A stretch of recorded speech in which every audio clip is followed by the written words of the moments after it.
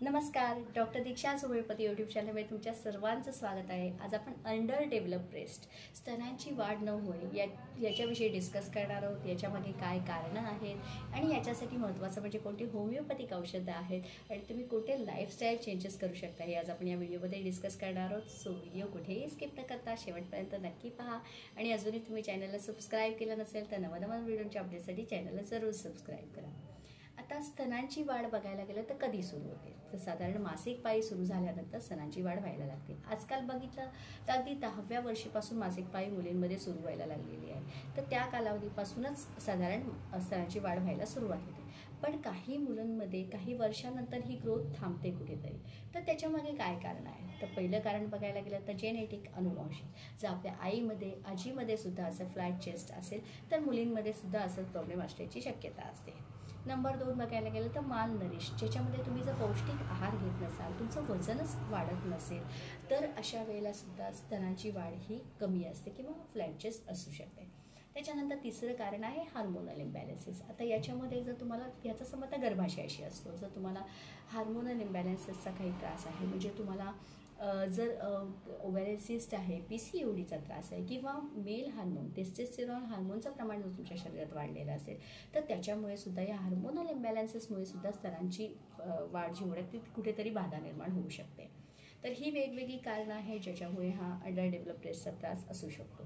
तर याच्यासाठी होमिओपॅथीमध्ये अतिशय उपयुक्त औषधं आहेत, पण त्याच्यामधलं जर एक पहिलं कारण बघितलं तर त्याच्यामधील जे एक कारण आहे ना माल नरिश, त्याच्यात ते तुमच्या हातात आहे। जर तुम्ही पौष्टिक आहार सुरू केला तर त्याच्यामुळे काय होईल की तुमच्या ब्रेस्टमधील फॅटी टिश्यूची ग्रोथ होण्यास सुरुवात होईल, तर त्याच्यामुळे हळूहळू तुमचं जे आहे हा प्रॉब्लेम कमी होऊ शकतो। आता आपण पाहूया की कोणती होमिओपॅथिक औषधं आहेत तर त्याच्यामधील नंबर 1चं औषध आहे ओनोस्मोडियम 30।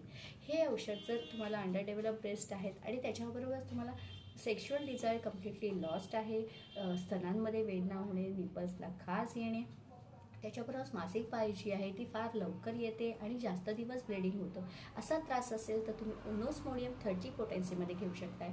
2 थेंब सकाळी आणि 2 थेंब रात्री असं दिवसातून 2 वेळा हे औषध घेऊ शकताय। डायरेक्टली जिभेवरती औषध घेऊ शकताय। नंबर 2चं औषध आहे आयोडोप 200। हे औषध जर तुम्हाला थायरॉईडचा त्रास आहे आणि तुम्हाला भूक खूप लागते, तुमचं जेवणही व्यवस्थित आहे पण तरीसुद्धा तुमचं वजन वाढत नाही आणि तुम्हाला फ्लॅट चेस्टचा प्रॉब्लेम असेल तर या केसमध्ये तुम्ही आयोडोप 200 पोटेन्सीमध्ये आठवड्यातून फक्त एकदाच हे औषध घेऊ शकता। 2 थेंब डायरेक्टली जिभेवरती घेऊ शकता। नंबर 3चं औषध आहे सबाल सेल्युरेटा मदर टिंक्चर। हे सुद्धा या फ्लॅट चेस्टसाठी अतिशय उपयुक्त औषध आहे। याच्यामध्ये सुद्धा पेशंटला जे आहे ते सेक्शुअल डिझायर थोडी सप्रेस असते किंवा त्याच्याबरोबर पेशंटला जे आहे ते PCODचा हार्मोनल इम्बॅलन्सेसचा त्रास असतो, तर त्याच्यासाठी सबाल सेल्युरेटा मदर टिंक्चर हे औषध तुम्ही घेऊ शकता। हे औषध तुम्ही 10 थेंब दिवसातून 2 वेळा घेऊ शकताय। पाव कप कोमट पाण्यात मिक्स करून हे औषध घेऊ शकताय। त्याच्याबरोबर अजूनही काही औषधं आहेत, ॲग्नस कॅस्टस आहे, पल्सेटिल आहे, अशी बरीच औषधं आहेत। पण तुम्हाला नक्की तुमचा प्रॉब्लेम काय आहे, कशामुळे तुम्हाला हे आहे तर त्याचं निदान होणं महत्त्वाचं आहे आणि त्याच्या अकॉर्डिंगली तुमच्या केस हिस्ट्रीनुसार ही औषधं तुम्हाला दिली जाऊ शकतात। सो होमिओपॅथिक डॉक्टरांच्या सल्ल्याने तुम्ही हे औषध घेऊ शकताय।